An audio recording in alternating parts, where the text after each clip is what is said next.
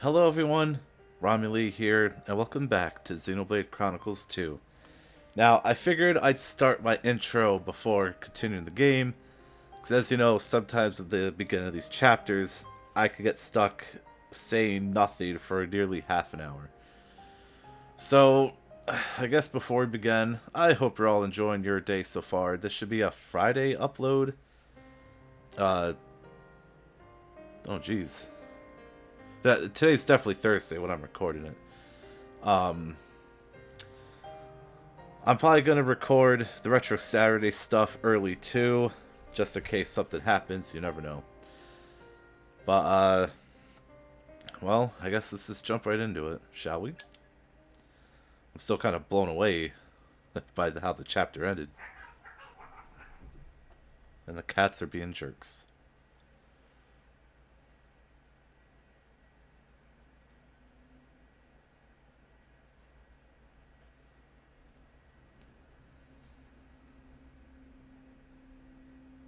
Our chapter begins.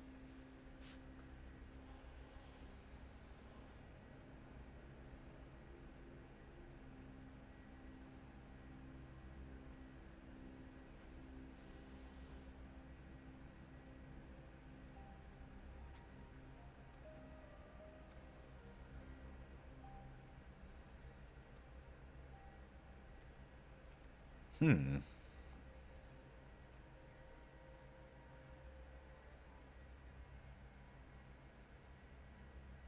Well, that was rather interesting. Could that have been the father?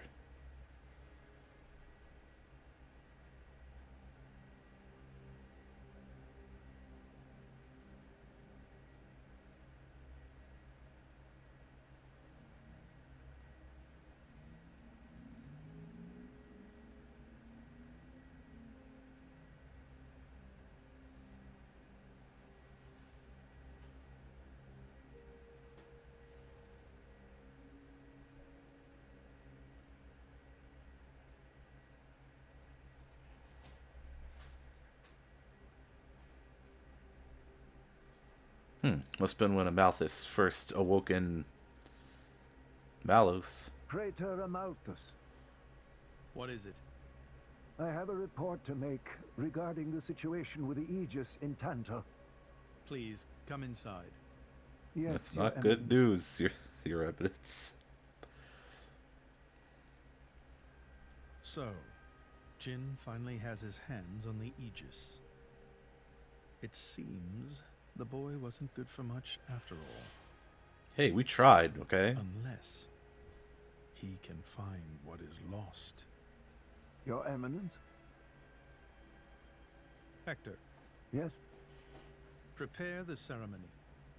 at once, Praetor.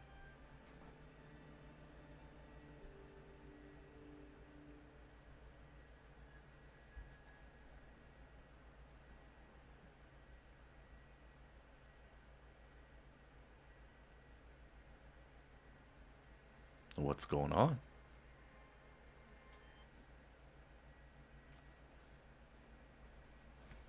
I have a feeling things are going to take a dark turn. Ooh.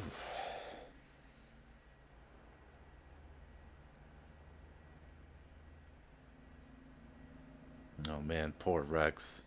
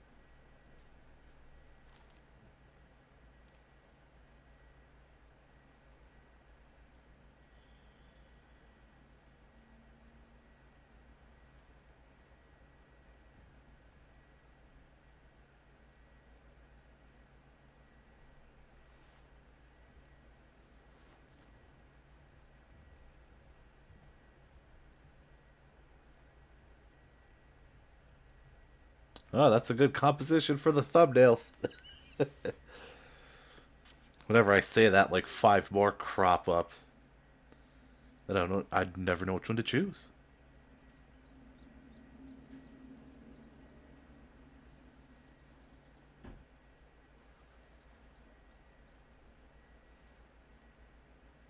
Rex, still sleeping?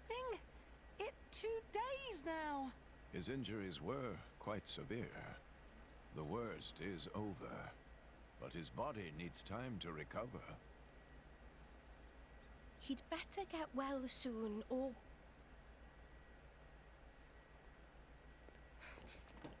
Rex? Wow, X, you're quite fortunate to have people waiting and worrying about What's you. that? I'm leaving. But where will you go?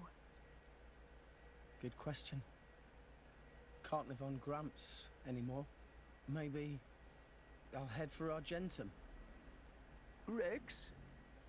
You... What the hell are you talking about, Argentum? What about Pyra? Do you know how desperate the situation is? Or have you finally lost it, you idiot? I know, okay? It's just... Just what? I'm done. Done? When I became the driver of the Aegis, her driver, I felt like I could do anything. But I was just kidding myself. All I've managed to do is hurt her. Again and again. So... I'm done. Oh, for crying out loud, Rex! She got herself caught to save you! I know. So what? Nia, slap this boy. What? Those guys are way out of my league. I can't beat them. It's hopeless. I He knows not understand what he that now. says. She'll be safe with them. They're not going to hurt her like I do. So I'm leaving. I've just been kidding myself all along. Me, a driver, in the end, salvaging is all... You bloody idiot!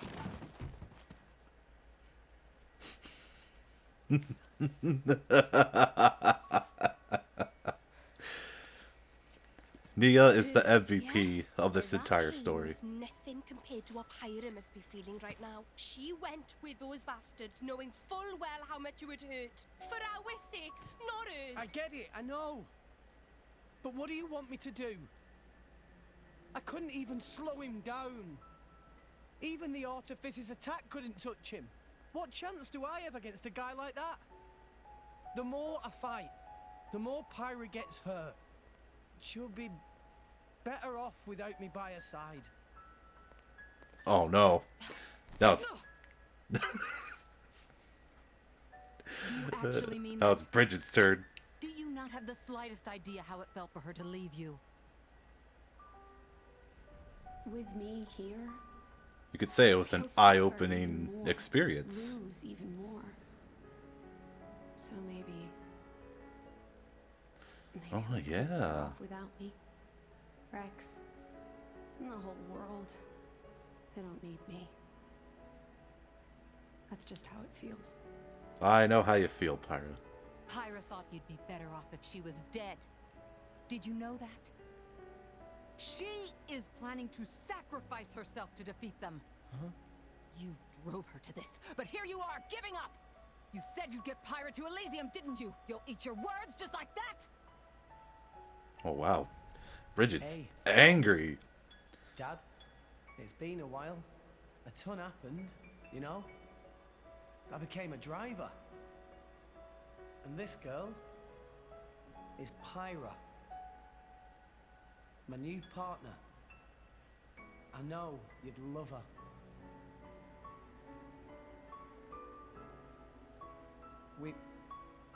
We're going to Elysium, Pyra and me.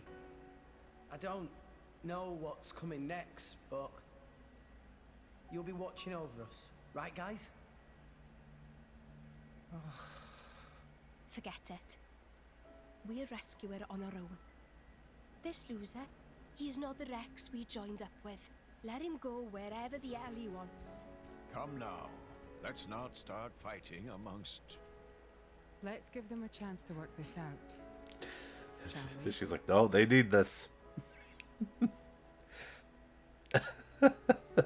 Zeke. You know, Near Oh, quite man. right. Rex definitely not Oh, behaved like jeez. himself. Giving up after one loss? That not Rex I know at all.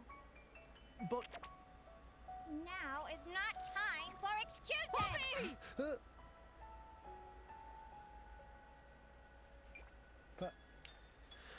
Poppy? Poppy is hurt to see Rex like this. Poppy and Master Pun are not Poppy's also the real MVP of this story. So Poppy and Master Pun looked up to Rex lots. Rex worked very, very hard to get this far. When Rex tries hard, Poppy and Master Pun try hard. Rex like bullseye we aim for. Without Rex, we not know which way to go. So please, Rex cannot give up and stop here. Poppy.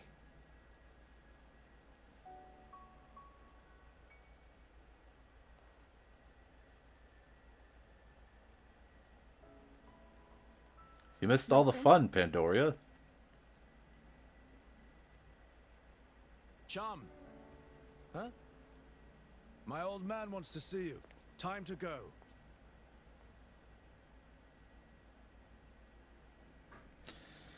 Sorry if I was talking a bit too much with the weight of that cutscene, but oh, it was just great.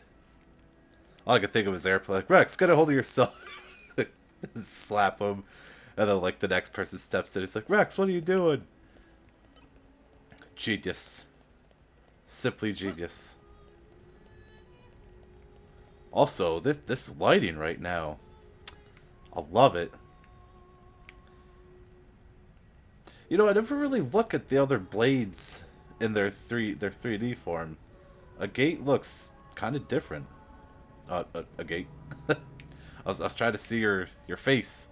Yeah, consider artwork. She's kind of like turned away. Oh, it's weird. Well, despite the fun I'm having with these cutscenes, things are pretty bleak right now. So, let's go see what the king has to say. Also, it was weird hearing Poppy's voice get emotional. Like she sounded like a different person. Are you all right to be up and about? Yeah. I'm all healed up.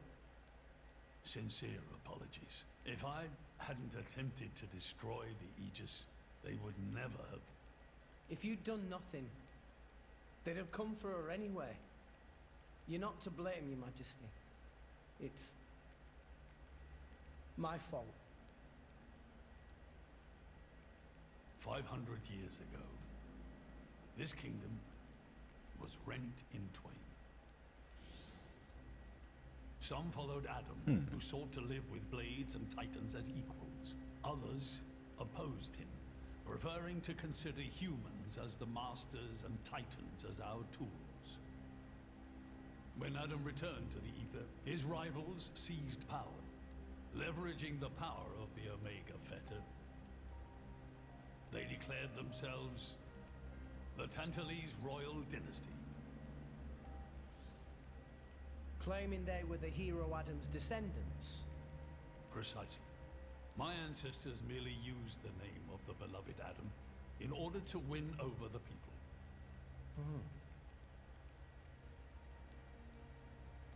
Before long, we resolved to protect ourselves from meddlesome foreigners by descending deep into the Cloud Sea, taking the dirty secret of our family's lineage with us. The Praetorium, for their part, did not protest. Can you guess why? No. They offered to stay silent in exchange for a certain resource. An annual tribute comprising a fixed quantity of core chips. I have something I wish to show you. What is it?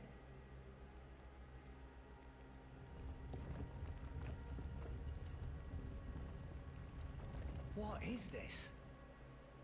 This is Gembo's ether flow. The Titan draws in the fabric of the Cloud Sea and uses it as a source of energy. Oh, wow.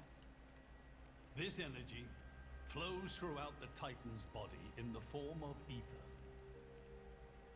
Refining and crystallizing this ether creates core Oh, chips. wow. This process is what you see before you. So, in other words, you're siphoning away a portion of the Titan's energy. Our cold climate and poor harvests, they are the unfortunate side effects of this process. I think I'm beginning to understand. Core chips are vital to every nation's military and energy policies. The Praetorium desired this power. How come? Allrest at the time was in crisis. But for the Praetorium, it was a precious chance to expand their sphere of influence. So they missiled in. As a result, Tantal fell into a chronic energy shortage. Then, well, you saw for yourselves. Politics, Frozen Earth, failing as always. crops. The Tantalese people are forced to live in abject poverty. So why not just leave the Cloud Sea? Genbo can move, right? Just go somewhere warmer. They fear contact with other nations. Too afraid it might expose the truth behind the legends they spun about Addam. That would explain their isolationism. Indeed. That was 5 centuries ago. Now the Aegis has awakened. The Praetorium is demanding we hand over the Omega Fetter. They are threatening to reveal our secret if we do not acquiesce. Indollar? Threatening me? I get it now. That's what was in that letter. Enough was enough. I couldn't stand by and let the Tantalese people suffer any longer. Therefore, I made a decision. And that's why you... Yes. I knew there was a chance that the Praetorium would use the Aegis against us. But if I could neutralize her power, perhaps we would stand a chance of opposing them. And perhaps by saving my people from poverty, I could absolve the sins of my forefathers. You didn't think about using the Aegis' power yourself? Wielding such power is beyond my means. I am under no illusions. However, does the same apply to you? I felt something. When I looked in your eyes, I knew. Perhaps you are the one to whom we can entrust the Aegis' power. Father. In the end, it seems I only managed to make things worse. I can blame nothing but my own judgment.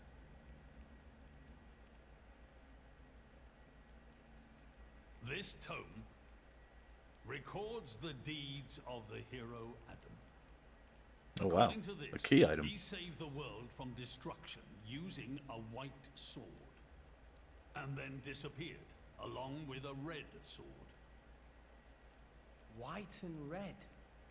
It must mean Mithra and Pyrrhus swords. Whoever wrote this must have had a personal connection to Addam. And, most curiously, after Addam disappeared, the author of this book went looking for something. Something. The third Aegis sword. I knew it. There's a third. Apparently, this sword was as transparent as diamond and gave off a clear, brilliant light. But Addam went his whole life without using the sword. In fact, he could not use it. What do you mean, couldn't? The sword was simply too powerful. Even he, the legendary hero, could not contain the power it commanded. And thus, fearing its power, he sealed it away somewhere. The author therefore surmised that this sword alone was the one true sword of the Aegis. Now, Rex, you were defeated by Jin. Doubtless that man is a powerful warrior. He was But the even strongest so, blade. Can this be right? Can the Aegis herself truly be outmatched by a single opposing blade? Would it not make more sense to presume that you lost because you have yet to unlock the true power? That's what I was saying. You mean I'm the one who's been holding them back?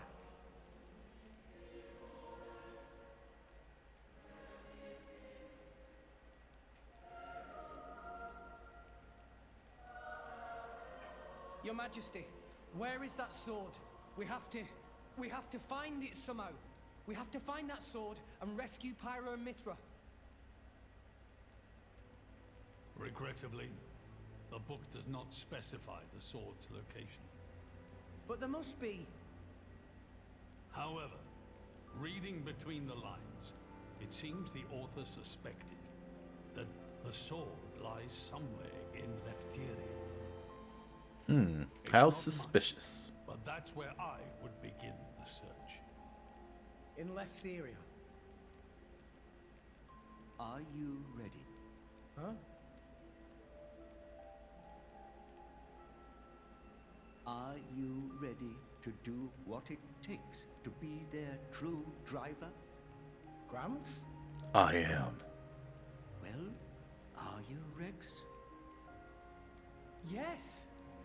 Of course! I'm going to be the driver that Pyra and Mithra deserve. And then, I'm gonna take them to Elysium. Then come with me. I'll show you the way.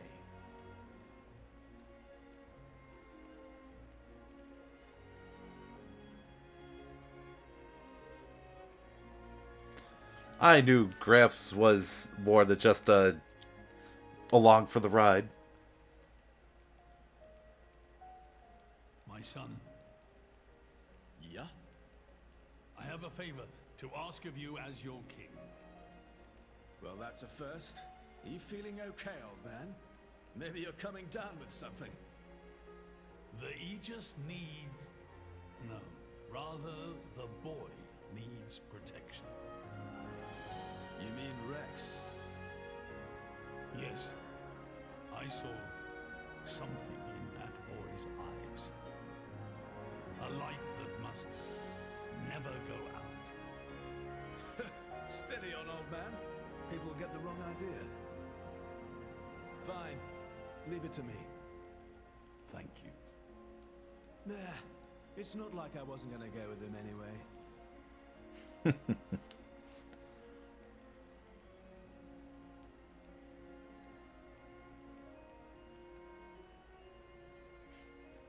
That boy of mine.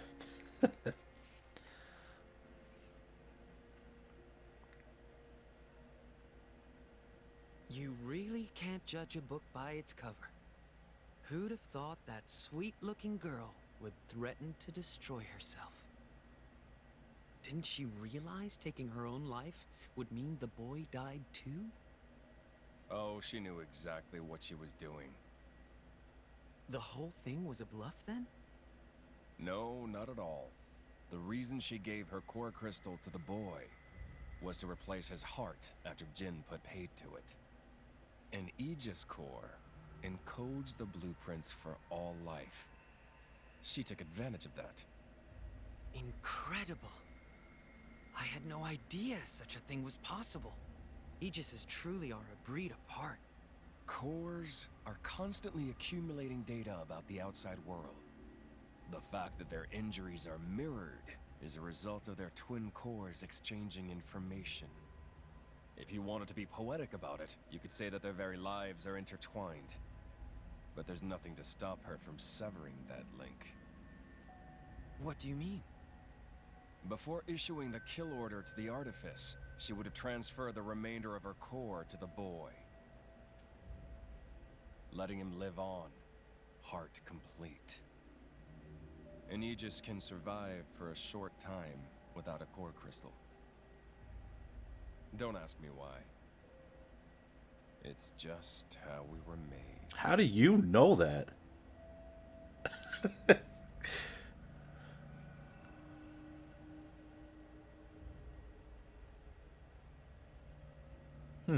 So that's the reason Jin agreed to her terms. He couldn't care less about the boy. But he wasn't about to lose this one. Simple as that. Oh, here we are. Whole episode's been cutscenes. I apologize. But I do have a few things to say if this is the end of the cutscenes. Oh, okay.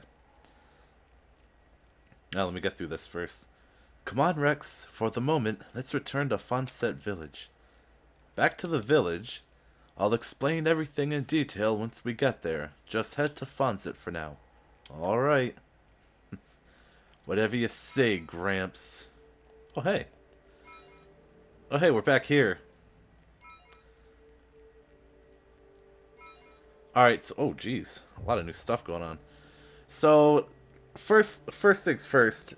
It's always funny how when you're watching, like, an anime or something, where someone's like, there's this thing I could do, but I can only do it once because it kills the user. Like, how do you figure that out?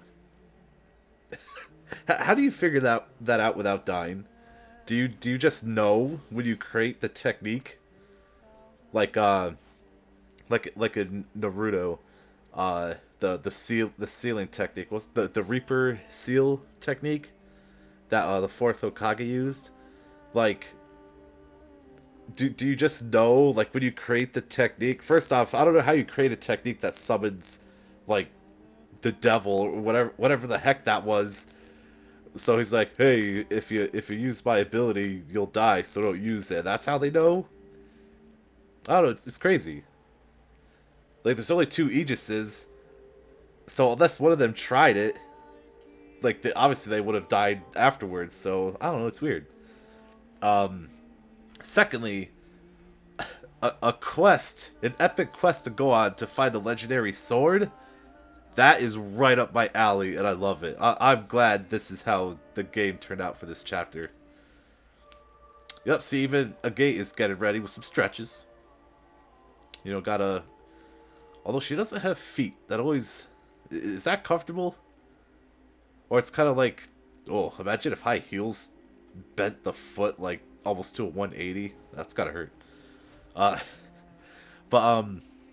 Well, I hate to say this, but I guess I'll leave this episode off here. I guess this is just the establishing episode. But once again, this has been Rommie Lee, and if you like what you see, feel free to like and subscribe. And as always, I will see you all next time. Try to have a wonderful day.